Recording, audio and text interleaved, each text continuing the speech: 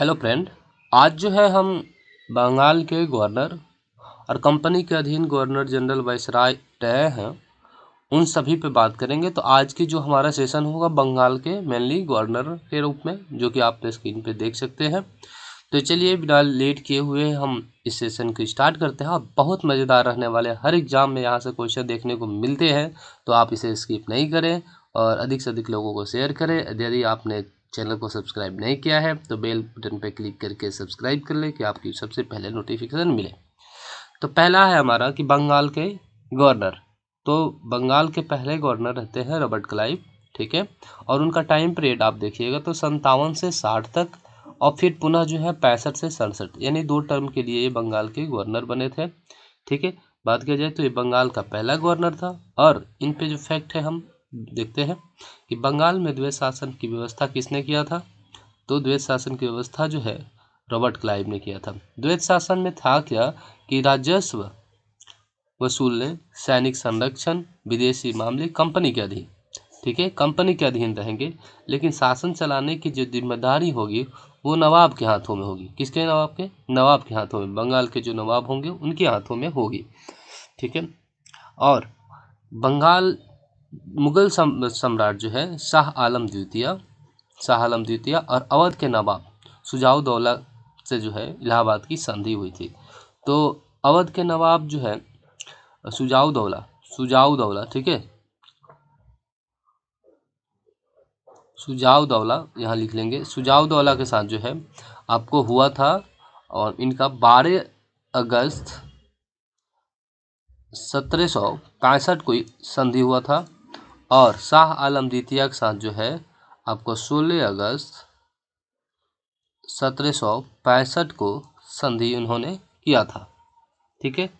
तो मुगल सम्राट शाह आलम द्वितीय से संधि करने के बाद जो इनको बंगाल में जो है शासन करने की जो शक्ति, कर वसूलने की शक्ति मिल गई थी। और रॉबर्ट क्लाइव ने बंगाल के लिए 2 उप दीवान नियुक्त किए थे। उनका क्या नाम है? तो पहले तो बंगाल के लिए जिसे नियुक्त किया था उन्होंने, वो थे मोहम्मद रजा खान, ठीक है। तो ये आपको याद रखना पड़ा, मोहम्मद रजा खान कहाँ के लिए? बंगाल के लिए। बिहार के लिए किसको नियुक्त किया था? राजा सिताब राय। इनको क्या था, ये आपको दीवान थे, यानी वो टैक्स कलेक्शन करेंगे और ब्रिटिश गवर्नमेंट को देंगे, ठीक है। इसने यानी क्लाइव ने अपने समय में जो है सैनिक और असैनिक सुधार भी किए। वो सैनिक असैनिक सुधार में क्या था? तो यानी पहले हम असैनिक सुधार पे बात करते हैं। असैनिक सुधार में था कि उपहार लेना इसने बंद कर दिया। जो ब्रिटिश सैनिक थे या अधिकारी, उनके लिए जो है वो उपहार जो लेते थे बाहरी लोगों से, तो उनको उपहार लेने पे पाबंदी लगा दिया, बंद कर दिया, बैन कर दिया। और निजी व्यापार पर भी बैन लगा दिया, पाबंदी, कि आप जो है कंपनी के के अलावा और किसी तरह का व्यापार नहीं करेंगे। फिर आंतरिक कर देना अनिवार्य कर दिया, ठीक है। आंतरिक, तो ये आपको याद रहेगा कि सैनिक असैनिक सुधार के अंतर्गत करने वाली इसने क्या किया था।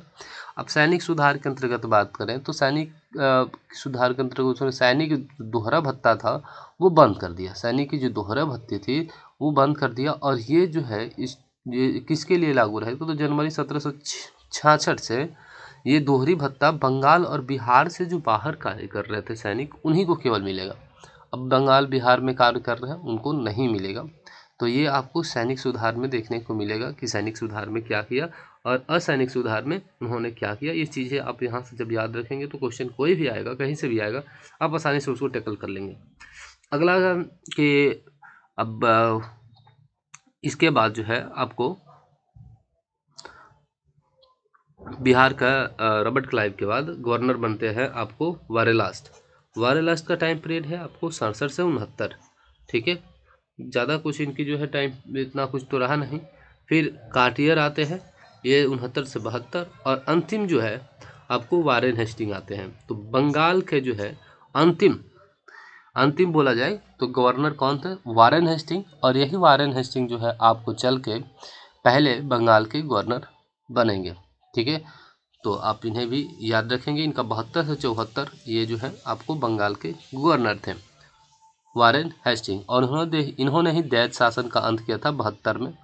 तो आप इसे भी देखेंगे कि अब हम बढ़ेंगे वारेन हेस्टिंग के कार्यकाल में, इन्होंने वारेन हेस्टिंग ने क्या क्या किया। तो चलिए इससे रिलेटेड कुछ क्वेश्चन भी बना लेते हैं हम। पहला क्वेश्चन है कि बंगाल के प्रथम गवर्नर कौन था। तो आप इस क्वेश्चन को आसानी से आंसर दे पाएंगे कि बंगाल का गवर्नर कौन था। राइट आंसर हो जाएगा आपका रॉबर्ट क्लाइव। ठीक है, हम इनके टाइम पीरियड की बात करें तो 1757 से 60 तक, और पुनः जो है आपको 1765 से 67 तक ये आए थे। ठीक है, वारेन हेस्टिंग की बात किया जाए तो ये जो है बंगाल के अंतिम गवर्नर थे। तो 1772 से 174 तक, फिर ये जो है बंगाल के गवर्नर जनरल बने तो ये बना 1774 से 1700 जो है 85 तक। ठीक है, आप इसे याद रखेंगे। विलियम बेंटिंग की बात किया जाए तो अंतिम भारत का जो है अंतिम गवर्नर जनरल था। ठीक है, विलियम बेंटिंग, यानी ये कब से कब 1828 से लेकर आपको जो है 1828 से लेकर विलियम बेंटिंग नहीं, मतलब पहला भारत का गवर्नर जनरल था। सॉरी, माफ़ करिएगा, 28 से लेके इसने जो है आपको 35 तक रहा था। ये है लॉर्ड कैनिंग, अंतिम गवर्नर जनरल, भारत के अंतिम गवर्नर जनरल लॉर्ड कैनिंग। ठीक है, तो लॉर्ड कैनिंग का जो टाइम पीरियड है 1856 से 1856 से जो है 1862 तक रहा था। तो 1857 इसी के बीच में आता है। तो 1857 की जो आपको युद्ध हुआ था तो इसी के समय हुआ था, और ये इलाहाबाद भाग गया था। तो आप इसे याद रखेंगे। और ये पहला वायसराय बना, ठीक है, कैनिंग। तो आप इन सभी को देखेंगे और इस पे हम बारी बारी से डिटेल में डिस्कस करेंगे। अभी तो हम बंगाल के गवर्नर पे बात कर रहे हैं, फिर हम बंगाल के गवर्नर जनरल के अलावा फिर हम भी बात करेंगे भारत के गवर्नर जनरल, फिर वायसराय पे बात करते आगे बढ़ेंगे। इस टॉपिक को पूरी आसानी तरीके से बहुत ही इंटरेस्टिंग बनाने वाले हैं, तो आप सब बने रहिए। अगला क्वेश्चन है कि भारत में ब्रिटिश साम्राज्य का संस्थापक कौन था। भारत में ब्रिटिश साम्राज्य का संस्थापक कौन था। ठीक है, तो राइट आंसर रॉबर्ट क्लाइव ही होगा। ठीक है, हमने अभी भी टाइम पीरियड देखा रॉबर्ट क्लाइव का, फिर हम उसी तरह देखेंगे। जब तक रिवीजन मल्टीपल टाइम पर नहीं करेंगे तो रॉबर्ट क्लाइव का जो है आपका 1757 से 60 तक, फिर पुनः जो है 1765 से 1767 तक। लॉर्ड मेयो का देखिएगा तो लॉर्ड मेयो जो है आपको मिलेंगे 1869 से 72 तक। ठीक है, 1800, और लॉर्ड मेयो के समय ही 1800 आपको 71 में 1871 में, ठीक है, आपको पहली बार 71 में 72 में, ठीक है, 71 72 में थोड़ा देखेंगे उसको, को इसने जो है पहली बार जनगणना कराया था। ठीक है, जनगणना की शुरुआत लॉर्ड मेयो के काल में हुई थी और दशकीय जनगणना लॉर्ड रिपन के काल में हुई थी, जो आगे हम देखेंगे। तो रिपन का जो कार्यकाल देखिएगा तो 1880 से लेकर 1884 के बीच रहा था। ठीक है, और इसने 1881 में जो है दशकीय स्टार्ट किया था। तो ये 72 में आप याद रखिएगा और ये 81 में, तो ये आपको रहा। फिर लॉर्ड मिंटो आते हैं, तो लॉर्ड मिंटो का कार्यकाल जो है आपका 1807 से लेकर 1823 के बीच में। तो आप एक इनकी टाइमिंग को भी, बहुत इंपॉर्टेंट है, टाइमिंग याद करने से इनके बीच की जो भी आपको घटनाएं हैं वो कोरिलेट करने और उनको याद करने में बहुत आसानी होती है। ठीक है, अगला क्वेश्चन, बंगाल में प्रथम बार द्वैध शासन लागू किया था किसने। ठीक है, द्वैध शासन किसने लागू किया था, तो रॉबर्ट क्लाइव लागू किया था और ख़त्म वारेन हेस्टिंग ने किया था। ठीक है, वारेन हेस्टिंग का हमने टाइम बताया था 1772 से 74 तक, बंगाल का अंतिम गवर्नर, और फिर बंगाल का प्रथम गवर्नर जनरल बनता है 1774 से आपका 85 तक। ठीक है, आप इसे याद रखेंगे। लॉर्ड रिपन का हमने बताया था, लॉर्ड रिपन को कि दशकीय जनगणना का जनक माना जाता है इसको। तो ये था आपको 1880 से 84 तक, और 1881 में इसने जो है दशकीय जनगणना स्टार्ट किया था। ठीक है, और लॉर्ड डलहौजी की बात किया जाए तो लॉर्ड डलहौजी जो है आपका कब से कब तक रहा था, तो 1848 से लेकर आपको 1856 तक रहा था। हड़प नीति इसी के समय हुई थी और इसी की करने धरने से जो है 1857 की घटना जो है लॉर्ड कैनिंग के समय में हुई थी। ठीक है, कैनिंग क्योंकि 1800 इसके 56 से लेकर आपको 62 तक था। ठीक है, तो ये चीज़ें देखेंगे। अगला क्वेश्चन है इलाहाबाद की संधि किसके शासनकाल में हुई थी। तो इलाहाबाद में 2 संधि हुआ है। ठीक है, अब उसे याद रखेंगे। इलाहाबाद में जो संधि हुआ है तो एक तो हुआ है आपको 12 अगस्त 1765 को, और एक हुआ है आपका 16 अगस्त 1765 को। ये दोनों है घटनाएं। पहले तो ये शाह आलम से किया गया था। ठीक है आपको, और ये जो है मुगल बादशाह रहते हैं शाह आलम द्वितीय, इनसे हुआ था। और ये जो है आपको अवध के नवाब देता है शुजाउद्दौला के बीच हुआ था। शुजाउद्दौला से इसके तहत जो है 12 अगस्त 1765 को कारा और कुछ इलाहाबाद की जो एरिया लेकर इनको दिया गया था।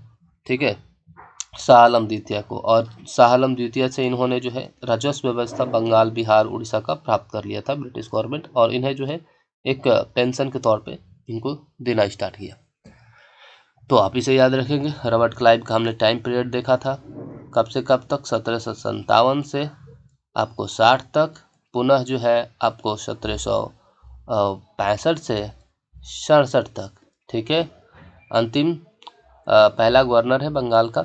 ठीक है, और वारेन हेस्टिंग द्वैत शासन को ख़त्म किया, और इसका टाइम पीरियड है 1772 से 74 तक, और पुनः जो है फिर आपको गवर्नर जनरल के रूप में 1774 से 85 तक। तो इसे भी याद रखेंगे।